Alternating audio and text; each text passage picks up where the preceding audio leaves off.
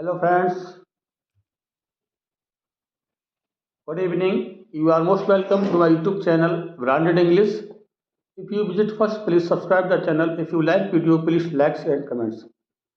मेरे प्यारे प्यारे छात्रों, विद्यार्थियों, साथियों, ब्रांडेड इंग्लिश आपके लिए बहुत अच्छे बेहतरीन टॉपिक लेकर के हाजिर है।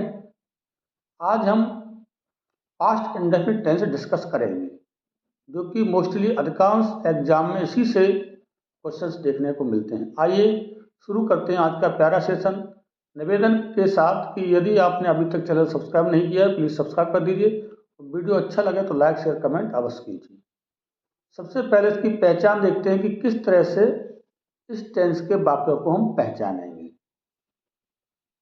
ता था,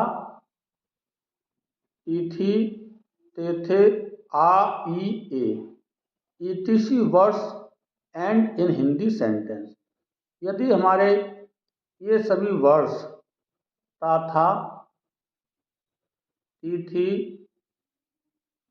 ते थे, आ, ई, ए अगर हिंदी वाक्य के अंत में दिए जाते हैं तो हमारा दिया गया सेंटेंस पास्ट इंडेफिनिट टेंस का माना जाएगा।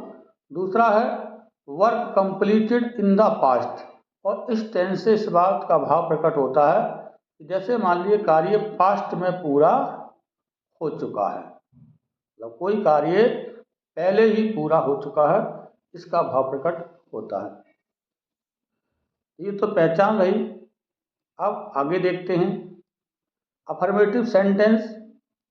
महत्वपूर्ण रूल्स थोड़ा डिस्कस करते हैं। इसके बहुत ही छोटे सेंटेंसेस होते हैं, इसमें इंपॉर्टेंट पॉइंट्स या महत्वपूर्ण मेन पॉइंट्स दिए, रूल्स भी कह सकते हैं इसे।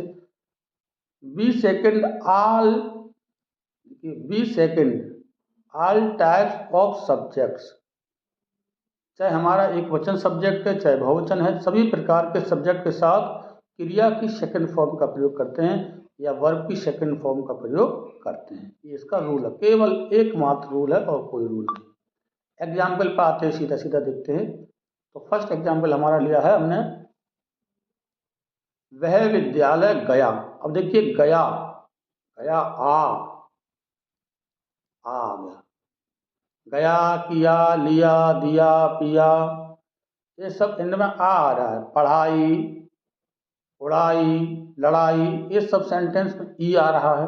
खाए, पिए, गए, इसमें ए आ रहा है।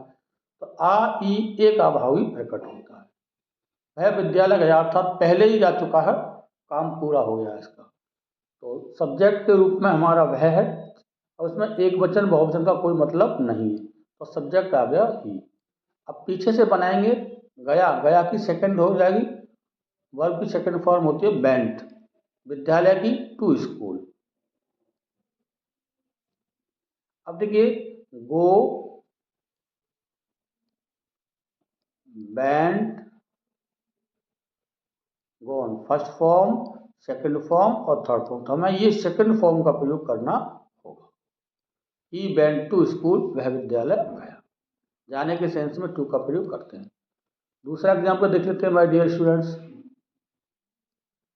वे निबंध लिखते थे, अब उसमें देखिए ते थे आ गया, ते थे मतलब पास्ट इंडेफिनिट टेंस का वाक्य है, लिखते थे, पहले की बात है, कंप्लीट हो चुका है कार्य।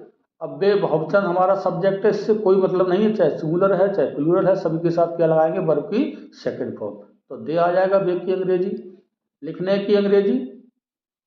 और देखिए इसमें था, थी, थे की अंग्रेजी नहीं लगाते हैं, था, थी, थे, इसकी अंग्रेजी होती है वाज या वर।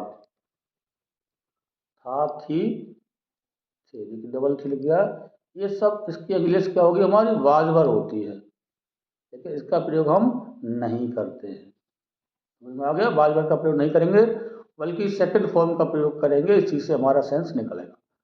तो हमारा दे लिखने की अंग्रेजी wrote, second form of the verb, निबंध की an essay, singular noun से पहले ए, एन या फिर दा का प्रयोग अवश्य किया जाता है।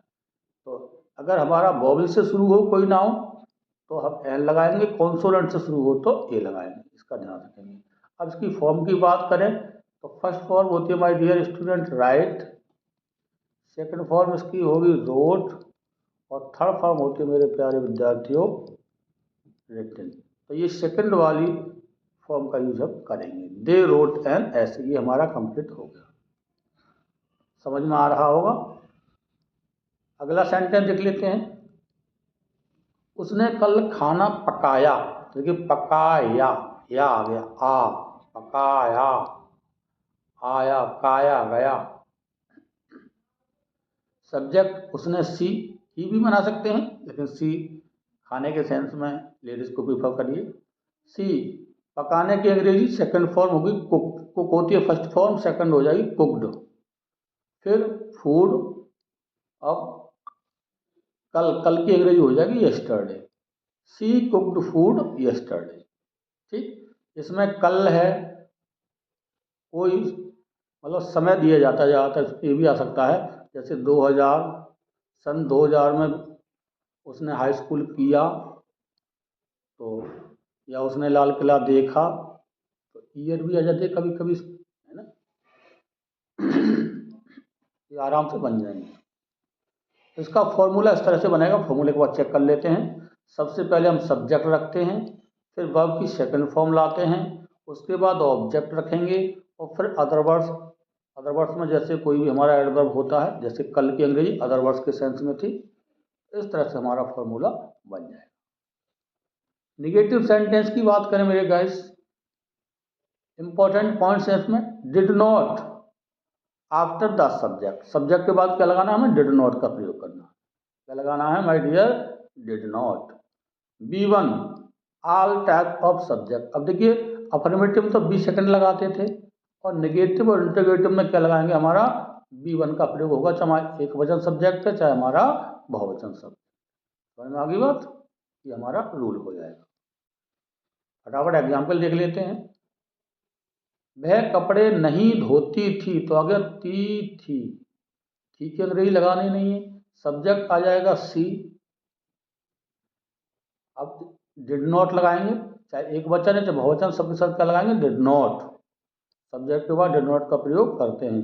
अब धोने की अंग्रेजी वाश, ये फर्स्ट फॉर्म है, V1 है, ये बी सेकंड नहीं है। ध्यान रखें गलती क्या हो जाती है, स्टूडेंट डिड नॉट भी लगा देते हैं और वर्ब की सेकंड फॉर्म भी लगा देते हैं, जिससे सेंटेंस हमारा गलत हो जाएगा। हम क्या लगाना है, B1 लगाना है। ठीक, फिर ऑब्जेक्ट के रूप में होगा क्लॉथ्स। कंप्लीट सेंटेंस बना मेरे students, she did not wash clothes. अगला सेंटेंस देख लेते हैं फटाफट।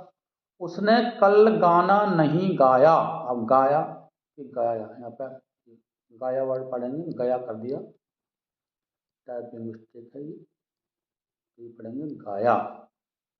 ठीक, उसने मतलब ही लगा दो, सी भी लगा सकते हैं, डिड नॉट आएगा सभी के साथ, नेगेटिव है। First form of the verb गाने की सिंग हो जाएगी, गाना, ए सॉन्ग, सिंगुलर है तो ए लगा देंगे। कल की अंग्रेजी yesterday, he did not sing a song yesterday. कोई भी क्वेरी हो कमेंट बॉक्स में लिख सकते हैं यदि कोई बात समझ में नहीं आ रही होगी, वैसे हर चीज़ क्लियर होना चाहिए। अब देखिए ये महत्वपूर्ण सेंटेंस है, इस पर ध्यान देंगे। मैंने कभी लाल किला नहीं देखा।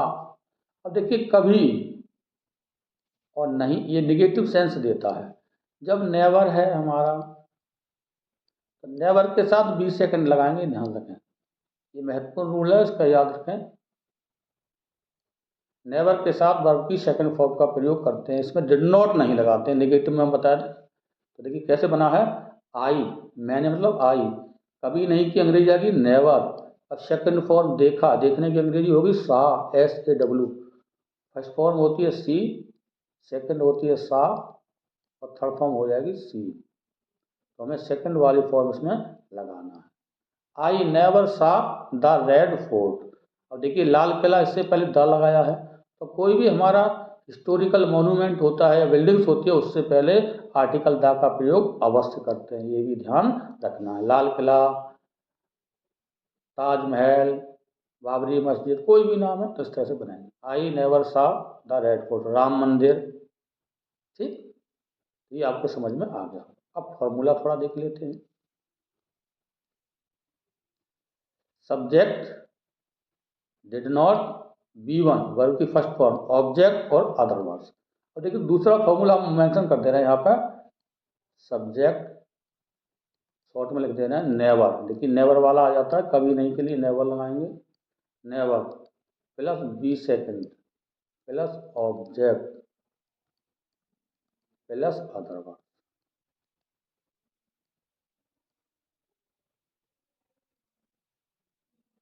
Full stop. ये आपके समझ में आ गया। नेवर के साथ क्या लगाना है, ध्यान रखें, बी सेकेंड, मतलब कभी नहीं के लिए, कभी नहीं दिया जाए। अगर हिंदी वाक्य में कभी नहीं वर्ड दिया जाए तब हम इस वाले फॉर्मूला का प्रयोग करेंगे। उम्मीद है समझ में आ गया होगा आपके लिए। Thanks for watching this video. अधिक से अधिक वीडियो को शेयर करें। बहुत बहुत धन्यवाद आपके लिए। जय हिंद।